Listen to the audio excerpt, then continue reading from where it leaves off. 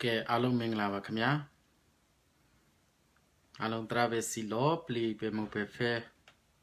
Ro ni ko mya mo ya than ni ma ကျွန်တော်ချစ်ရတဲ့ Granny ပြည်သူပြည်သားများအပြင်ကျွန်တော်တို့ဒီနေ့အချိန်မှာစစ်ပြေးလူ3သိန်းလောက်ရှိတဲ့စစ်ပြေးနေရတဲ့ပြိပခါတွေကြားထဲမှာဗမာတွေရဲ့နှိပ်စက်မှုအောက်မှာခံနေရတဲ့ကျွန်တော်ရခိုင်သူရခိုင်သားများရခိုင်ပြည်နယ်သားများအားလုံးမင်္ဂလာအပေါင်းနဲ့ပြည့်စုံပါစေတိုင်းသားညီကိုကချင်မှာရှိနေတဲ့ IDP တွေရှမ်းပြည်မှာရှိနေတဲ့စစ်ပြေးဒုက္ခသည်တွေဗမာမွတ်စလင်တွေနဲ့ရိုဟင်ဂျာတွေအားလုံးရန်သူမျိုး8မျိုးက8ပါးနဲ့ကင်းဝေးပါစေကြောင်းအထူးဆုမွန်ကောင်းတောင်းပါတယ်ရန်သူမျိုး8ပါးမှာတည်တဲ့အတိုင်းပဲရေဘေးလေဘေးမီးဘေးကပ်ဘေးအငတ်ဘေးစစ်တပ်နဲ့ရဲရဲ့ဒုက္ခပေးမှုအန္တရာယ်ဘေးအောင်ဆန်းစုကြည်ရဲ့အန္တရာယ်ဘေးပြီးတော့ဒီမိုကရေစီကိုစောက်ထိုးကြည့်တဲ့ရှစ်ပူးနဲ့ညီဘောတွေရဲ့အန္တရာယ်ဘေးမှာကင်းဝေးပါစီကြောင်းဆုမွန်ကောင်းတောင်းပါတယ်ခင်ဗျာဒီနေ့ကျွန်တော်တို့ခင်ဗျားတို့အမြဲတမ်းပြောတယ်ကျွန်တော်ဘယ်လိုလဲဆိုတော့ကျွန်တော်တို့ဥပဒေအကြောင်းတွေအတူလေ့လာကြရအောင်လို့ဒီနေ့ဥပဒေဘယ်လိုရှိလဲဒီနေ့ကျွန်တော်တို့မြန်မာပြည်သူမြန်မာနိုင်ငံတွင်းမှာနေကြတဲ့အားလုံး53သန်းသောပြည်သူတွေဟုတ်ကဲ့မင်္ဂလာပါခင်ဗျအမဟုတ်ကဲ့အမမင်္ဂလာပါ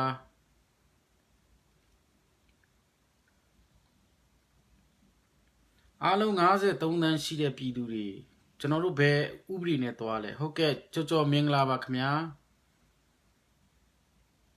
နင်းပြည်ထွေအားလုံးမင်္ဂလာပါခင်ဗျဆိုတော့ဒီကျွန်တော်တို့ဒီအခုသွားနေတဲ့ကအားလုံးပြည်သူတွေလွှမ်းခြုံတာကေးရဲအုံမောဒီ2008ဖွဲ့စည်းပုံအခြေခံဥပဒေပေါ့ဒီဖွဲ့စည်းပုံအခြေခံဥပဒေကိုခင်ဗျားတို့မသိလို့မရဘူးဖွဲ့စည်းပုံအခြေခံဥပဒေမကောင်းနေပါတယ်နဲ့ဟုတ်တယ်ဒါမဲ့လက်ရှိသွားနေတာဒီဖွဲ့စည်းပုံအခြေခံဥပဒေနဲ့တရားရေးမှန်တိုင်ဥပဒေပြုရေးမှန်တိုင်အုပ်ချုပ်ရေးရန်တရားပြီးစတုတ္ထမှန်တိုင်လို့ခေါ်တယ်ဒီမိုကရေစီရဲ့ပင်စီပင်မဖြစ်တဲ့ဒီမီဒီယာလို့ခေါ်သတင်းနဲ့လွတ်လပ်စွာပြောဆိုခွင့်လွတ်လပ်စွာရေးသားထုတ်ဖော်ခွင့်ပြီးရင်လွတ်လပ်စွာကျွန်တော်တို့ရဲ့ရင်ထဲကဆန္ဒတွေကိုငြိမ်သက်ပြီးတော့လူဆန္ဒပြ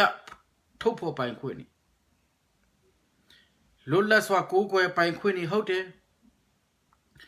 ဒါ individual လို့ခေါ်တယ်ကိုယ်ပိုင်တူတယောက်ရဲ့လွတ်လပ်ခွင့်ဒါဒီလူခွင့်နဲ့သက်ဆိုင်တယ်မှာ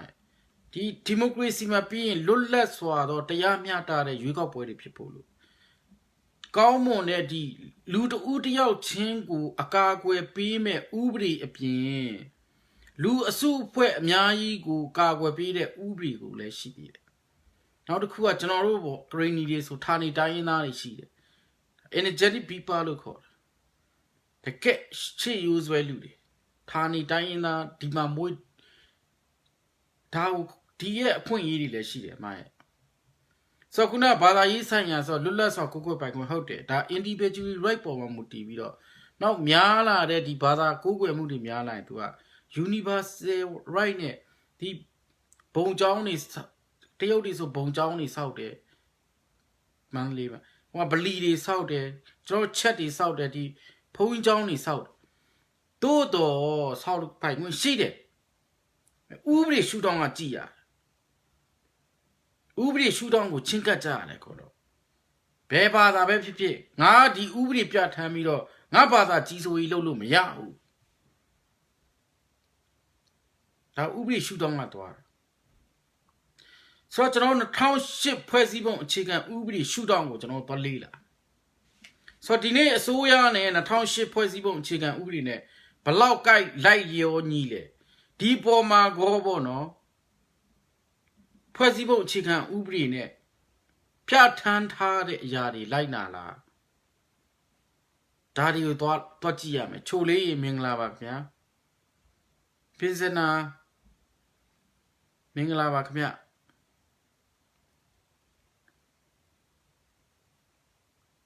အားလုံးမင်္ဂလာပါဗျာဆိုတော့ဘယ်ဥပဒေရှုထောင့်ကကြည့်မလဲဒီနေ့ယနေ့အစိုးရကဒီအစိုးရတရက်မှာပဲဟိုဥပဒေလိုက်နာပြီလားခုဘလူးခုအမော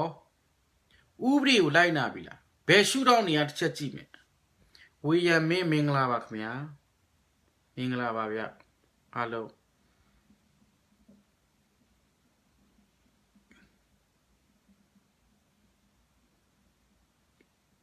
ကိုစောစောမြင့်ရေမင်္ဂလာပါ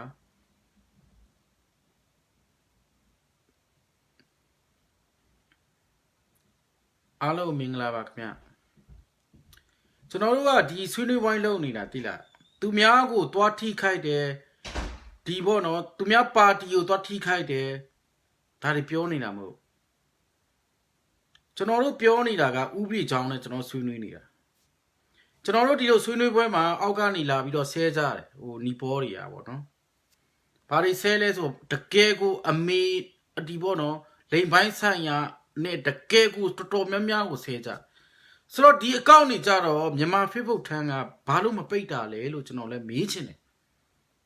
ဒါဥပဒေရပဲလေ cherry ခိုင်ရင်မင်္ဂလာပါခင်ဗျ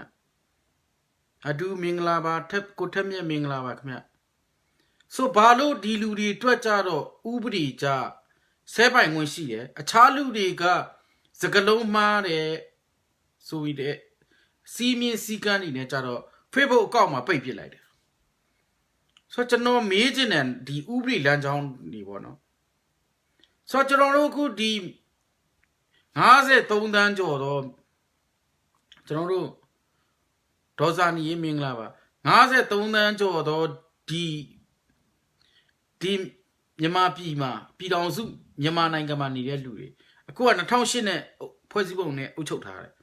ဒါဆိုရင်ဒီဖွဲ့စည်းပုံပေါ်အမိပြုတ်ပြီးတော့တက်နေတဲ့အစိုးရကဖွဲ့စည်းပုံနဲ့ညီလားဖွဲ့စည်းပုံနဲ့ညီလားကျွန်တော်မေးစရာဖြစ်တယ်ပြီးပထမတစ်ချက်ဖွဲ့စည်းပုံအခြေခံဥပဒေရဲ့အခန်းကြီး3မှာပုံမှန်59ခခွေမိမိနဲ့မိမိဤမိဘနှစ်ပါးလုံးနိုင်ငံတော်ဤအာဏာပိုင်တဲ့အတွင်း၌မွေးဖွားသောတိုင်းရင်းသားမှဖြစ်သည့်မြန်မာနိုင်ငံသားဖြစ်ရမည်တဲ့ဒုသမ္မတတွေရောပေါ့နော်ကိုဆိုတော့ဒီနေ့ဦးဝင်းမြင့်ကသူ့မိဘတွေနှစ်ပါးကတကယ်မြန်မာနိုင်ငံကတိုင်းရင်းသားတွေစစ်ပဲလားသူဝန်ခံရဲလားနောက်တစ်ခုကပြီးရင်သူကိုယ်တိုင်ဒီဟန်ရေးစိတ်ရဲလားဒါကြောင့်မို့ကျွန်တော်ဆွေးနွေးတာပေါ့နော်ဒါကိုမြန်မာနိုင်ငံသားဖြစ်တယ်မြန်မာနိုင်ငံသားမြည်သူမဆိုဘာလဲဆိုတော့ဒီနိုင်ငံမှာမြန်မာနိုင်ငံပြတ်တဲ့စူပါမီလို့ခေါ်တယ်စူပါမီခုတ်လို့ခေါ်တယ်အထူးတရားရုံးကိုရှေ့တော်သွင်းစာကြွန်လွှာရေးပြီးတော့မြတ်ဥတိုက်လျှောက်ထားလို့ရတယ်သမရကဟုတ်လားမဟုတ်လားသိကျင်တဲ့မိကွန်းကဲသမရက DNA မှာသွေးနှောဖြစ်နေရင်ဒါပြဿနာရှိတယ်ဘယ်လိုမဆိုရှောက်လို့ရတယ်ဒါကကျွန်တော်ပြောပြတာဥပဒေလမ်းကြောင်းနောက်တစ်ချက်ဘောနော်အခန်း3ပုံမှန်59ဘာလဲဆိုငါမှာကြည့်ရမယ်ဒုသမ္မတနဲ့ဒုသမ္မတအဖြစ်ရွေးချက်တင်မြှောက်ခံရသည့်အချိန်နဲ့တစ်ဆက်တည်းအ ਨੇ ဆုံးအနှစ်20နိုင်ငံတော်အတွင်းအခြေချနေထိုင်ခဲ့သူဖြစ်ရမည်ချွင်းချက်နိုင်ငံတော်၏ခွင့်ပြုချက်ဖြင့်နိုင်ငံခြားသို့တရားဝင်သွားရောက်သည့်ကာလများကိုလည်းနိုင်ငံတော်အတွင်းအခြေချနေထိုင်ခဲ့သည့်ကာလအဖြစ်ထည့်သွင်း ရေတွက်ရမည်လို့ပြောတော့ဒုသမရဗန်ထီယူကနယူးဇီလန်မှာအမဲသားခုတ်တဲ့ကိစ္စအဲ့ဒါနိုင်ငံတော်ရဲ့ခွင့်ပြုချက်လားသူမိမအင်နာကျန်းစာကြောင်းတွတ်တဲ့အချိန်ဟင်နရီဗန်ထီယူလိုက်သွားတယ်အဲ့ဒီကိစ္စကဘယ်လိုရှင်းမလဲဒီရွေးကောက်ပွဲနီးမှပြန်လဲနိုင်ပြီးတော့ဒုသမနာဖြစ်တယ်အဲ့တော့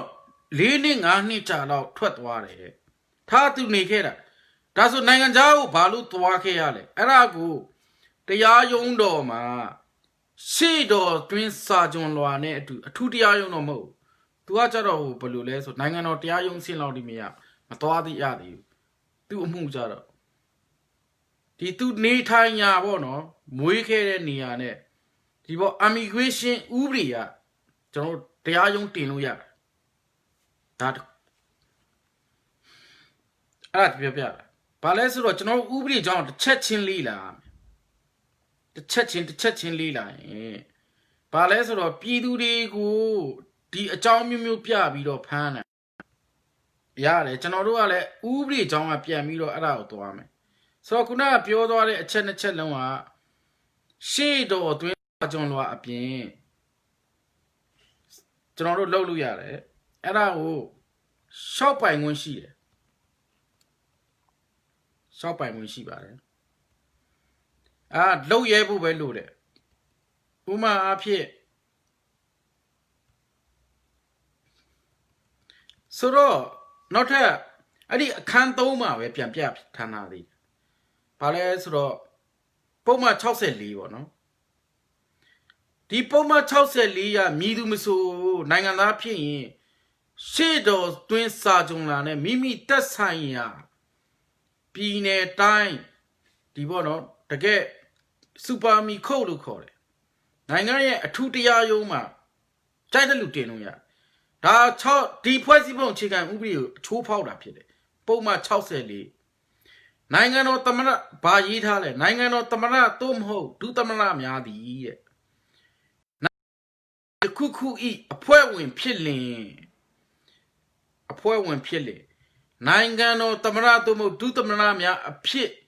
ရွေးချယ်တင်မြှောက်ခြင်းခံရသည့်နေ့မှစ၍နော်ဦးဝင်းမြင့်တို့ဟိန္ဒရီတို့သူတို့ရွေးချယ်တင်မြှောက်ခံရသည့်နေ့မှစ၍မိမိတို့ယာထူးတက်တန်းအတွင်းအခုချိန်ပေါ့အခုတာဝန်ထမ်းဆောင်နေတဲ့အချိန်အတွင်းရင်းပါတီအဖွဲ့အစည်းဤနော်သူတို့ရဲ့ဒီ background ရှိတဲ့ NLD ပါတီအဖွဲ့အစည်းပါတီလုပ်ငန်းများတွင်ပါဝင်ဆောင်ရွက်ခြင်းမပြုရတဲ့အဲ့ဒါကနိုင်ငံတော်အမှုဖြစ်သွားတယ်တကယ်ကိုနိုင်ငံတော်အမှုဖြစ်နေတယ်ဒါကရှေ့တော်တွင်းစာကြွန်တော်တွင်းပြီးတော့တရားကြီးရင်ဆိုင်လို့ရတယ်ဒီရွေးကောက်ပွဲပြီးလေရွေးကောက်ပွဲမပြီးခင်မှာလဲအဲ့ဒါချက်ချင်းတင်လို့ရတယ်အရေးမယူပေးရင်အရေးမယူပေးတဲ့ဒီစုံရေးမယူလို့မရဒါသူကသူတမနာမကလို့ဘာဖြစ်ပြီးနိုင်ငံတော်ဆိုတာဟာတို့ခုနပြောနေတဲ့အားလုံးဒီမှာနေထိုင်တဲ့တိုင်းသားပြည်သူတွေအကုန်လုံးပါဝင်တဲ့ရိုဟင်ဂျာတွေဗမာမွတ်စလင်တွေအပါဝင်ကျွန်တော်တို့တိုင်းသားတွေဌာနေတိုင်းသားသူတို့ကိုအကာအကွယ်ပေးရမယ်ဘာလဲဆိုတော့နိုင်ငံတော်ကသူတို့ကိုသစ္စာစောင့်တည်ယူတည်ရမယ်နိုင်ငံတော်ဖြစ်တယ်ဆိုတော့ခုနနိုင်ငံတော်အကြီးမျိုးပြက်စီမှုနဲ့တရားစွဲမယ်ဆိုပုံမှန်124 66ကကြီး905ခခွေစသည်အပြည့်ဆွဲမယ်ဆွဲလို့ရဒါမဲ့တရားရုံးမှာပြန်လဲပြီးတော့ဗောနော်လွတ်လပ်တဲ့တရားစီရင်ရေးဖြစ်ရင်ကျွန်တော်မေးစရာဖြစ်လာခုနဒေါအောင်ဆန်းစုကြည်ကနိုင်ငံတော်လားအားရရှိလားသူနိုင်ငံတော်လားဒီနိုင်ငံတော်ကိုဆိုရင်သူအခွန်ဆောင်ဘူးလားဒီနိုင်ငံတော်ပြည်တော်စုအတွက်ပြည်သူတွေအတွက်သူအခွန်ဘယ်လောက်ဆောင်ဘူးလဲခုနသူနေတဲ့ရန်ကုန်ကအိမ်ကသူတန်ဖိုးနဲ့အညီအခွန်ဆောင်လာပြည်သူတွေအတွက်ပြီးရင်ရေခမိခ但新西面大家看出别不了，大家有讲到乌里呢信徒啊了，大家表表了，他们都表表来的，拉没别人识得过不露乌里讲啊，老啊没错。အခုကလို့ဖြစ်နေတယ်ပြီးရင် तू ကနိုင်ငံတော်ပေါ့နော်နိုင်ငံတော်ဆိုရင်ဘာနိုင်ငံတော်လဲ तू ကဘာကြောင့်နိုင်ငံတော်လို့ပြောနေရသူတို့ကနိုင်ငံတော်ဆိုတာခမားတို့အခုလာနာထောင်နေတဲ့လူတွေခမားတို့ပြည်သူတွေကခမားတို့ကနိုင်ငံတော်ပဲပြည်သူတွေကိုမဲ့တပေါက်မစွန်းအောင်ကာကွယ်ရမှာဒီအစိုးရနဲ့စစ်တပ်ဖြစ်တယ်ဖွဲ့စည်းပုံမှာပြဋ္ဌာန်းထားပြီးသားအရေးမယူရင်ပြည်သူတွေကဒီလိုကျူးလွန်တဲ့လူတွေကိုပြည်သူတွေကိုယ်တိုင်အရေးယူရမှာဖြစ်တယ်။ငါကျွန်တော်ပြောသွားတယ်နော်။အခန်း3ပုံမှန်59ခါခွေးနဲ့ဂငယ်တင်သိလားအလုံးရှုံနေပြီးရင်တမနာခန့်အပ်တဲ့ဝန်ကြီးဌာနဖွဲ့လို့ရနိုင်ငံတော်အတိုင်ပင်ခံဝန်ကြီးဌာနသည်ဦးကျော်တင်းဆွေသူ့ရဲ့ဒီနိုင်ငံတော်အတိုင်ပင်ခံဖွဲ့ပြီးလိုက်တဲ့သူ့ရဲ့လှုပ်ထုံးလုံးဤဥပဒေကိုလွှတ်တော်မှာတင်ပြဘူးဒေါ်ဆန်းစုကြည်ရဲ့တရားဝင်မှုကဘာလဲဥပဒေကြောင်းကကျွန်တော်မေးတာတရားဝင်မှုဘာလဲသူကျွန်တော်မေးချင်တယ်တရားဝင်မှုဒီဘာလဲဥပဒေပြုဒါဆိုဥပဒေပြုရေးအာဏာပိုင်အဖွဲ့အစည်းတွေလွတ်တော်တွေရှိမယ်ဒီလွတ်တော်တွေကဒီနိုင်ငံတော်အတိုင်ပင်ခံရဲ့လုတ်ပိုင်ခွင့်ဥပဒေပြုမှုအာဏာသူ့ရဲ့ဥပဒေတက်ရောက်မှုအာဏာသူ့ရဲ့ဥပဒေအရပြဋ္ဌာန်းရမယ့်အောင်ခင်ဗျားတို့ဒီ9နှစ်တွင်းမှာတင်သွင်းဘူးလားနိုင်ငံတော်အတိုင်ပင်ခံယာဒူးဆိုတာဘာလုပ်ရမယ်ဆိုတာဥပဒေကြောင်းကလွတ်တော်မှာတင်ဘူးလား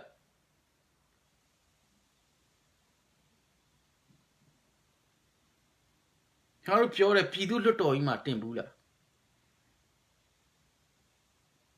အမျိုးသားလွတ်တော်မှာတင်ဘူးလားပြည်တော်စုလွတ်တော်မှာတင်ဘူးလား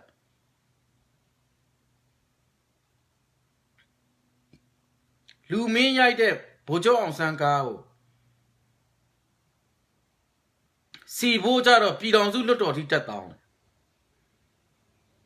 အဲ့ဒါဘာလို့ရှက်ကွဲဖို့ကောင်းအခုဥပဒေရှုထောင့်ကထိုးကြည့်တာရှင်ထိုးကြည့်တာဒီလူတွေဥပဒေရှုထောင့်ကနေဥပဒေအကြောင်းအရပြည့်စုံပြီလားသူတို့လွတ်တော်ထဲဝင်လာတယ်2012ကလည်းဒီကြမ်းကြိမ်ခဲ့တယ်ကုတီဆိုရတက်တမ်းမှလည်းကြမ်းကြိမ်မိသားဖြစ်တယ်ဒါပေမဲ့ဥပဒေလေးစားလိုက်နာလားအခုခမရကျွန်တော်နိုင်ငံသားဖြစ်နေလေသိလားကျွန်တော်လက်ထဲမှာမှတ်ပုံနေရှိလေကျွန်တော်အဲ့ဒီစူပါမီခုတ်လို့ခေါ်တဲ့အထူးခုတ်ရုံးမှာတရားသားဆွဲတယ်ရှေ့တော်တွင်းစာကြုံတော်နဲ့တမနာဟာတိုင်းရင်းသားဟုတ်လားမဟုတ်လားသိကျင်တယ်ဆွဲလို့ရတယ်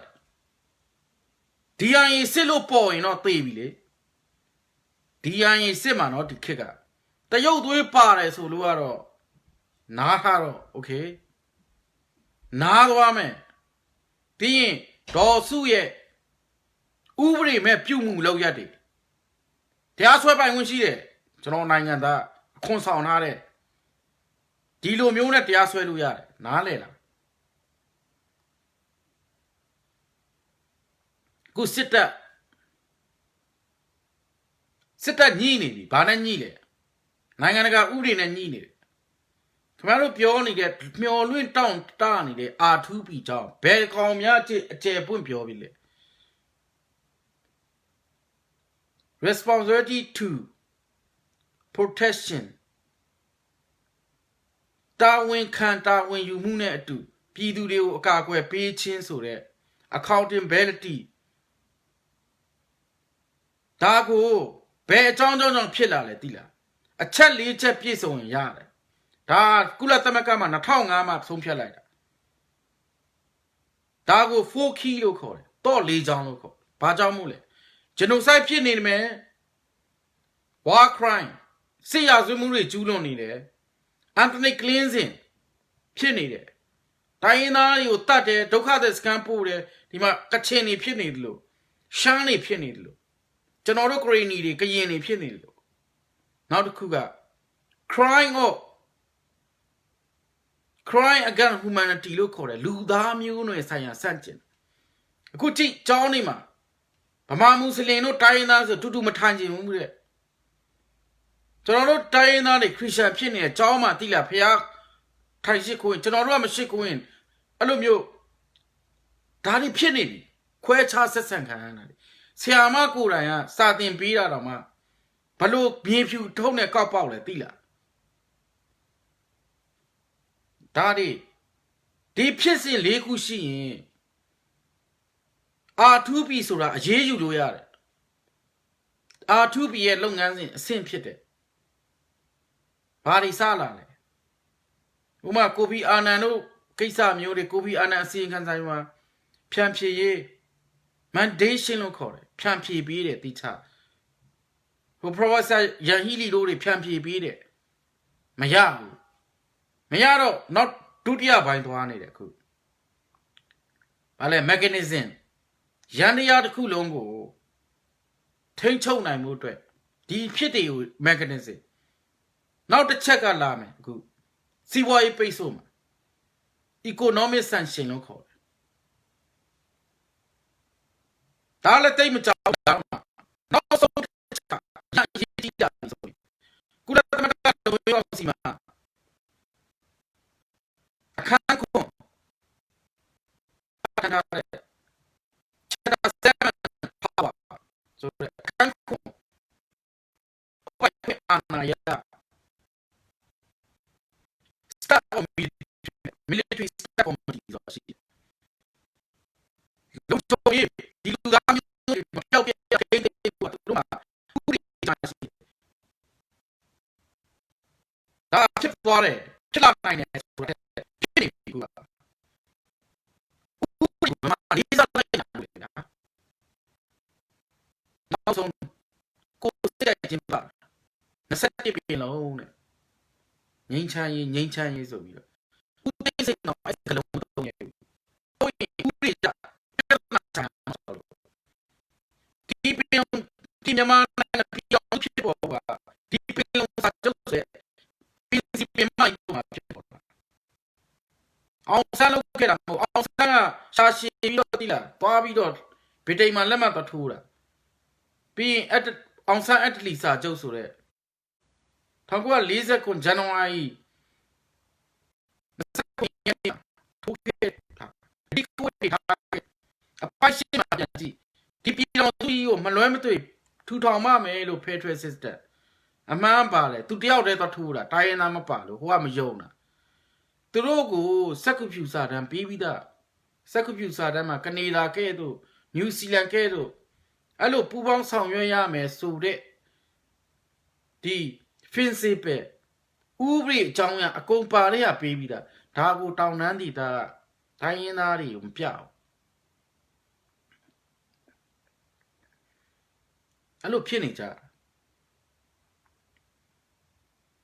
ဆိုတော့ခင်ဗျားတို့ပဲစဉ်းစားကြည့်ဘယ်သူမှလဲဥပဒေအကြောင်းအခုနှစ်ပေါင်း90ကျွန်တော်တို့တတ်လာတာလေကြည့်အာရခိုင်နေဘလောက်ဒီနှစ်ပေါင်း90မှာနေခဲ့ရတယ်စင်စင်ရဲရဲတကယ်တော့ချမ်းသာတဲ့နိုင်ငံကြီးအာရခိုင်ရ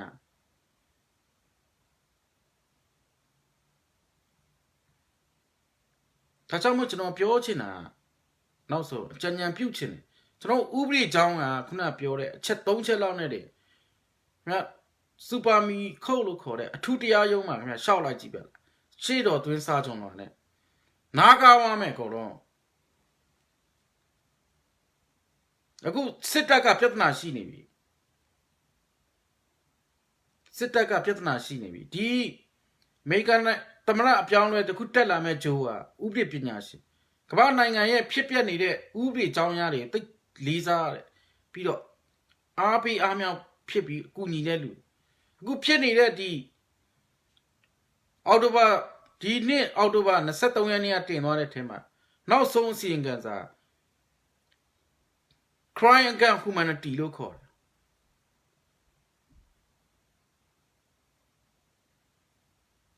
crying gun human တီလို့ခေါ်တယ်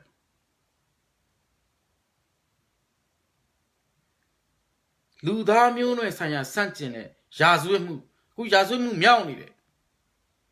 ရာဇဝတ်မှုမြောက်တော့စစ်တပ်ကလူတွေလည်းပြေးလွတ်မှာမဟုတ်ဘူးသူတို့ပြည်တွင်းတရားရေးသွားမလားဒါမှမဟုတ်အောင်ဆန်းစုကြည်တို့က ICC နဲ့အတူနိုင်ငံတကာတရားရေးသွားမလားဒီနှစ်လမ်းပဲရှိတယ်ကျွန်တော်တို့ကတော့ရှင်းတယ်ဒီပင်လုံစာချုပ်ကိုဖျက်လို့ဖျက်ဆီးလို့တဲ့အမှုကတော့ကျွန်တော်ကတော့ဆွဲမှာ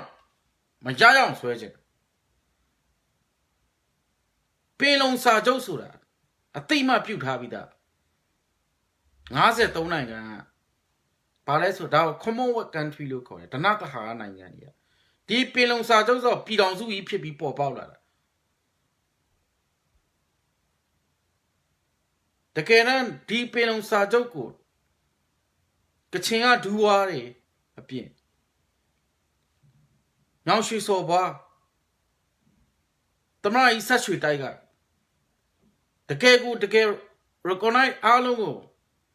အနိရှိတ်လုပ်ပြီးတော့လှုပ်သွားတယ်အရန်ကောင်းခဲ့တယ်ဒီဟာကိုအကောင့်ထဲမဖော်ပဲအချက်တွေဥပဒေကြောင်းကကြည့်ရင်တိတ်အရန်နဲ့ရင်နာဖို့ကောင်းဒါကိုအကောင့်ထဲမဖော်ပဲငါလုပ်ရင်ရတယ်ဆိုတော့21ပင်လုံဆိုတာတော့အရန်နဲ့လူအဖွဲ့အစည်းမှာမိုက်ရိုင်းစော်ကားတဲ့ဖြစ်စဉ်ပဲဖြစ်တယ်ဒါကြောင့်ကျွန်တော်တို့ကဥပဒေကြောင်းကကြည့်မယ်ဒီနေ့ဥပဒေကြောင်းကကျွန်တော်လေ့လာထားပြီထပ်လေ့လာအောင်မယ်ဘယ်အကျိုးဘယ်ဟာနဲ့ညှိမလဲညှိရင်ညှိတဲ့ဟာနဲ့ကျွန်တော်တရားဆွဲဒါခွင့်လို့ရတာမဟုတ်ခုခင်ဗျားတို့ဗမာမွတ်စလင်တွေရောရိုဟင်ဂျာတွေရောခင်ဗျားတို့ကခင်ဗျားတို့တရားဆွဲလို့ရပြီခု crying gun humanity လို့ခေါ်တယ်လူသားမျိုးနွယ်ဆိုင်ရာစန့်ကျင်ခံရတဲ့အမှုခင်ဗျားတို့ကျွန်တော်တို့နှစ်ပေါင်း80ကျော်အတွင်းမှာခိုင်လုံတဲ့တရားစီရင်ရေးစနစ်ဆိုတာမရှိခဲ့ခိုင်လုံတဲ့ဥပဒေပြဋ္ဌာန်းမှုတွေမရှိခဲ့ပြည်သူကဆင်းသက်တဲ့ဥပဒေပြည်သူကိုအကာအကွယ်ပေးပြီးလူအဖွဲ့အစည်းကိုဂုဏ်သိက္ခာမြင့်စေတဲ့တရားစီရင်ရေးစနစ်မရှိခဲ့အခုထိတကယ်ဒီမိုကရေစီကိုဖော်ဆောင်မယ်ဆိုတဲ့ပါတီကြီးတစ်ခုကပါတီနာယကကြီးကသူ့သမီးကိုတရုတ်နဲ့ပြေးစားပြီးလောင်းထားတယ်ဒီမိုကရေစီပေါ်ဆောင်တာတန်ဖိုးပါတီလာတိုင်းလာပါရီဘယ်ရမှာမသိဘူးအဲ့ဒီမှာတီလာဒါတူနေလာအကုန်လုံးပြေကုန်မယ်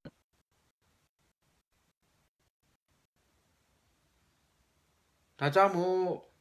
ဒီနေ့တော့ဗျာခင်ဗျားတို့လည်းမဲပြီးရတော့မှဆိုတော့ဘဒုကိုမဲထည့်ပါမဲမထည့်ပါလို့တော့ကျွန်တော်ပြောကျွန်တော်တိုင်းသားတွေတော့ကလည်းဘာလို့သိရှိပြီးတော့တိုင်းခင်ဗျားတို့မတိုင်းသားတွေကတော့ဗျာရှင်းပြောရရင်ဒီစနစ်မကြိုက်ရင်ဗျာခင်ဗျားတို့ကိုယ်တိုင်မဲမပြီးပဲနဲ့ဒီတိုင်းထိုင်နေလိုက်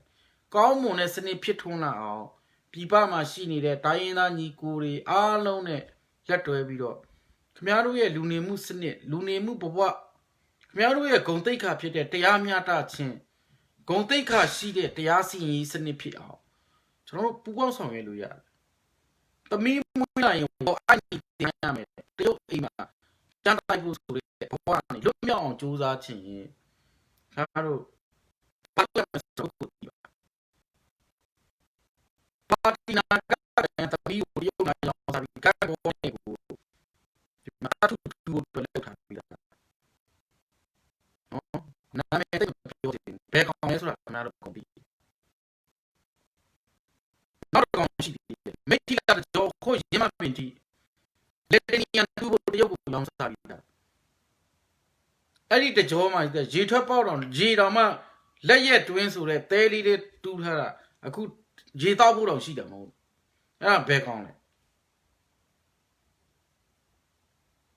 ဒီကောင်တွေပဲလုံနေတာရွှေတန်300ခိုးတယ်ဒီကောင်တွေပဲပြီးရင်နိုင်ငံခြားမှာသားသမီးတွေနဲ့နေတာခင်ဗျားတို့တခုခုဖြစ်ရင်ခင်ဗျားတို့နားနေမယ်ထင်လားစင်နနီမှာသွားနေပါသူ့သမီးရှိ